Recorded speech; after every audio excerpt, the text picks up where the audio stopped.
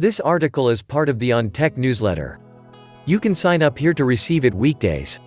There's a stereotype that tech startups are focused on trivial things. And while there are plenty of pizza delivery and dog walking apps, there also are technologists working on serious problems.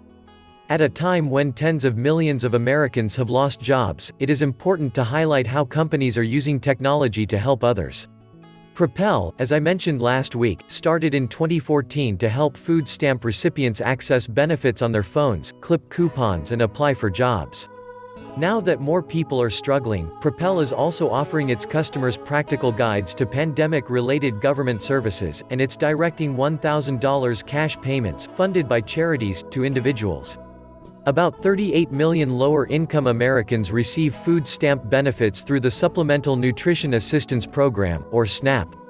Their needs, and their numbers, are growing now. Jimmy Chen, Propel's 32-year-old founder and chief executive, said nearly 9 in 10 people who use Propel's app said they had lost their job or had work hours cut since the pandemic hit. Some states have said the number of new applications for SNAP started to soar in March. Propel has started to incorporate more coronavirus-specific help into its app. It walks people through whether new legislation makes them eligible for higher food stamp payments, and it directs people to help obtaining government stimulus checks.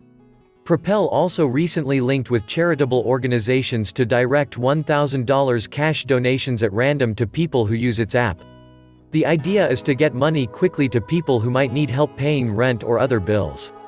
Chen said Propel has distributed more than $10 million so far.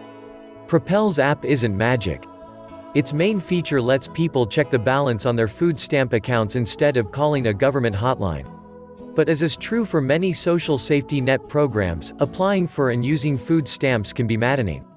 My colleague Tara Siegel-Bernard wrote recently that in some states, people can't use SNAP benefits to buy groceries online or at curbside supermarket pickups, options that are appealing as people try to avoid stores.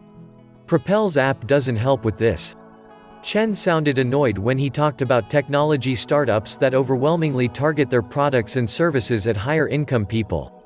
People have a total blind spot about how much money lower-income people spend, and how poorly served they are, he said. He is speaking from personal experience. Chen said that when he was 10 years old, his father lost his job and at times his family had trouble putting food on the table. Chen said he hoped that Propel is the kind of company that my parents would have loved to use when I was growing up. Tip of the week: give your gadgets some TLC. Brian X. Chen, our personal tech columnist, reminds us that we don't always have to buy new stuff. With so many people worried about money right now, it's a good moment to learn how to take better care of our electronics and extend their lives. Some of my past columns have gone over the basics for how to keep our computers, smartphones and tablets running longer. The steps include expanding storage, adding memory and replacing batteries.